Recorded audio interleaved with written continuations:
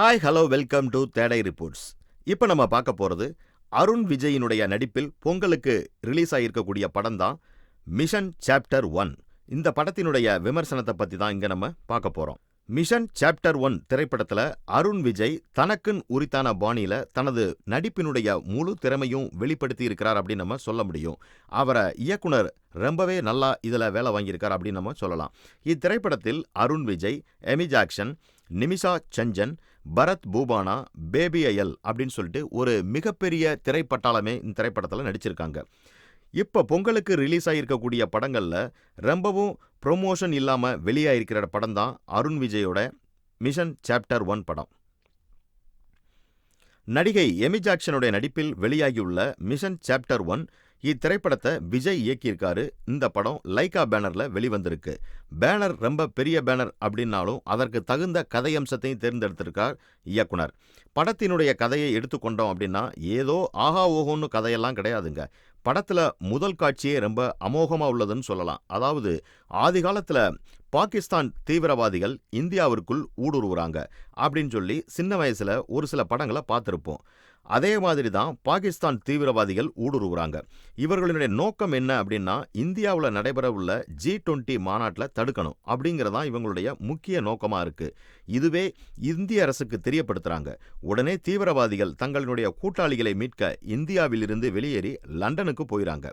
லண்டனில் தீவிரவாதிகள் அடைக்கப்பட்டுள்ள அதிநவீன சிறையினுடைய ஜெயிலராக எமி ஜாக்சன் நடிச்சிருக்காங்க. அவங்களுக்கு கொடுக்கப்பட்ட கதாபாத்திரத்தில் மிகவும் அருமையாக எக்ஸலண்ட்டாக தனது நடிப்பை வெளிப்படுத்தியிருக்கிறார் அப்படின்னு நம்ம சொல்ல முடியும். அருண் விஜய் சொல்லவே வேணாம். தனது குழந்தையினுடைய மருத்துவ தேவைக்காக லண்டன் போறாரு. அங்க அவரினுடைய பர்ஸை திருட முயற்சி செய்யும் திருடர்களை தாக்கும்போது காவல்துறை தடுக்குது. அப்போது காவல்துறையும் தாக்குவதால அருண் விஜய் தீவிரவாதிகள் அடைக்கப்பட்டுள்ள சிறையில் அடைக்கிறாங்க. சிறையில் இருக்கக்கூடிய தீவிரவாதிகளை மீட்க சிறை முழுவதும் ஹேக் செய்கிறாங்க. அப்போது ஜெயிலில் இருக்கும் குற்றவாளிகளும் தீவிரவாதிகளும் தப்பிக்க முயற்சி செய்கிறாங்க. இதனை தெரிந்து கொண்ட அருண் விஜய் அவர்களை தடுக்கிறதுக்கு முயற்சி செய்கிறாரு. இறுதியில் தீவிரவாதிகள் தடுக்கப்பட்டாங்களா இல்லையா, அவங்க எடுத்திருக்கக்கூடிய விதம் எப்படி இருக்கு, சிறையில் அவங்களுடைய நடவடிக்கையெல்லாம் எந்த மாதிரி இருக்கு அப்படிங்கிறத நம்ம படத்தில் பார்த்தா தான் அதனுடைய சுவாரஸ்யம் ரொம்பவே அருமையாக இயக்கியிருக்கார் இயக்குனர். மிகவும் எக்ஸலண்ட் பிளானான ஒன்லைனர் அதை ஆக்ஷன் காட்சிகளால் நிரப்பி ரசிகர்களை திருப்திப்படுத்தியிருக்கார் அப்படின்னு நம்ம சொல்லலாம். எமி ஜாக்சன் சொல்லவே வேணாங்க. படம் முழுக்க டைலாக் டெலிவரி செஞ்சு அவருக்கு ஒதுக்கப்பட்ட காட்சியில் மட்டும் ரொம்ப எக்ஸலண்ட்டாக நடித்து தனது முழு நடிப்பு திறமையும் வெளிப்படுத்தி ரசிகர்களுடைய கைதட்டலை ரொம்பவே பெற்றிருக்கார். படத்தில் இருக்கக்கூடிய ஒரு சிறப்பான காட்சி என்ன அப்படின்னு நம்ம சொல்லினா அது மிளகாப்பொடி காட்சி தாங்க.